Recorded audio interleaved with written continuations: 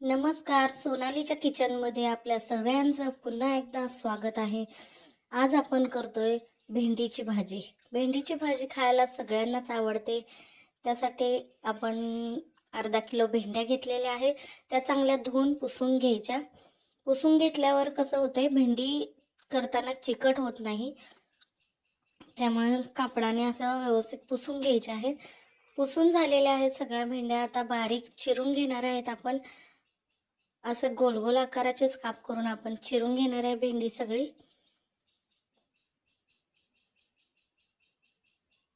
सगळी भेंडी चिरून घेणार आहे.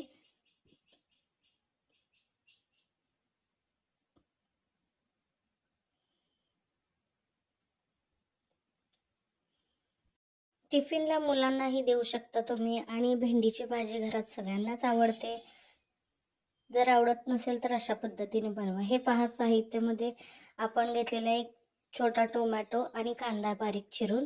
नंतर मसाले घेतलेले, इथं धनेपूड आहे, हळद आहे, मसाला आहे, चटणी, तिखट आणि जिरे घेतलेले आहेत. थोडी कढीपत्त्याची पाने आहेत आणि ओलं लसूण खोबरं घेतलेलं आहे. त्याने कशी भेंडीला चव एकदम छान लागते. आता कढई गरम करायला ठेवलेली आहे. त्याच्यामध्ये 2 चमचे तेल टाकू. तेल टाकून घेतलेलं आहे आपण.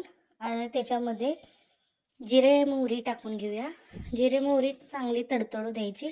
त्याच्यामध्ये आपण कढीपत्ता टाकू. कढीपत्त्याची पाने जराशी हलवून घ्यायची आपल्याला परतून.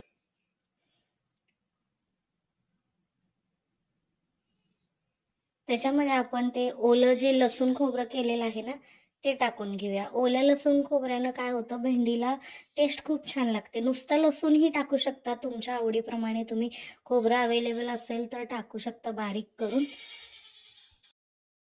1-2 मिनटं परतून घ्यायचं तेलामध्ये. मग याच्यामध्ये आपण कांदा ॲड करून कांदा भाजून घ्यायचा आहे. कांदा थोडासाच भाजून घ्यायचा आहे. 2 मिनटं, काय पूर्ण लाल नाही करायचं आपल्याला. त्याच्यामध्ये टोमॅटो पण टाकून टोमॅटो भाजून घ्यायचं आणि लगेच मसाले ॲड नाही करायचे. टोमॅटो पण आपण 1 मिनिटभर परतून घेणार आहे. याच्यामध्ये तुम्हाला आवडत नसेल तर तुम्ही टोमॅटो, कांदा काही नाही घातलं तरी चालेल.